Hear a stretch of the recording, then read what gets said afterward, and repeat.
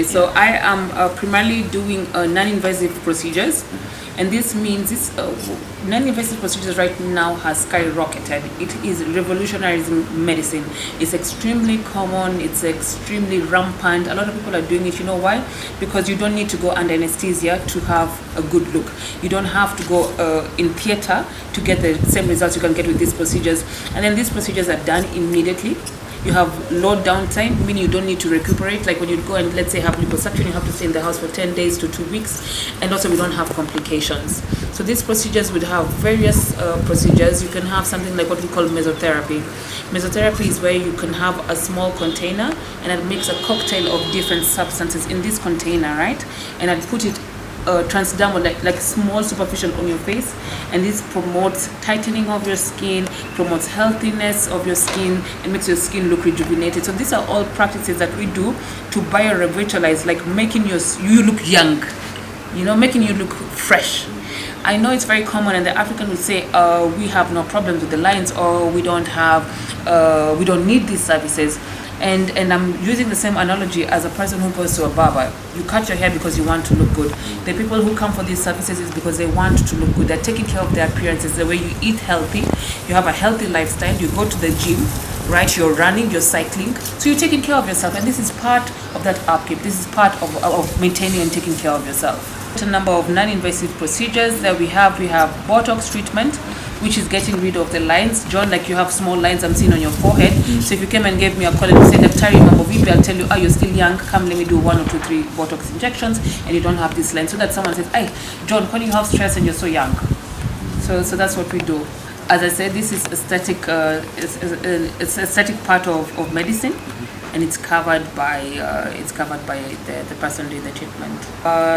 For a very long time, we have been underestimated. For a very long time, Kenyan women have been neglected. Let me tell you, my friend, we are independent, we are strong, we are financially capable of taking care of ourselves. We don't need you to come and give us money to go and do ABCD. The Kenyan women that I have been able to, or let's say, be honored to have time to spend with, are ready to get my services. So it's actually going to be Dr. B coming, and they're coming by themselves. To decide to make those procedures, you need to have a lot of information before you decide. Let's say, for example, I'll not talk about non-invasive, I'll talk about invasive procedures. By the time you're talking about, for example, liposuction, you want to have been able to sit down and have a very open and transparent conversation with you and your practitioner or your surgeon. Your doctor is going to tell you the pros and cons. You have to get that information out, and then it depends on the aftercare. It depends on how your surgeon takes you. So you'll find a lot of people are not comfortable or satisfied with the services offered here. So this cosmetic procedures comes with the age.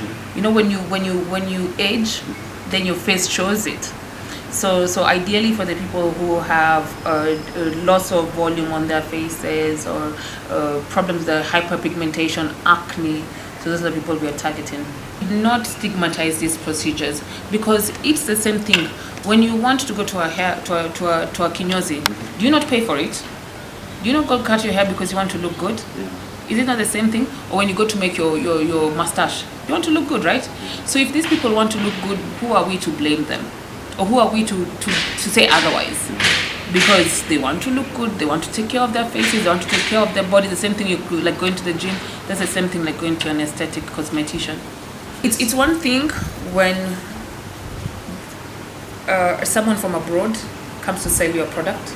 It's another thing when a Kenyan who is born here, who is raised here, who's born of the earth, comes and sells you the same thing. You have more confidence in me because I have gone through rigorous training. Romania and Eastern Europe is known as a big hub for cosmetic surgery, so I'm properly trained, properly exposed. I'm not being trained in Africa here where you don't know these services. I'm trained in a place that already, this is a place where we consume this. You'd go to any corner, left, right, or center, you find cosmetic cleaning. So I have that experience, I have that exposure compared to my colleagues. So probably that's why some people will be adamant going to them.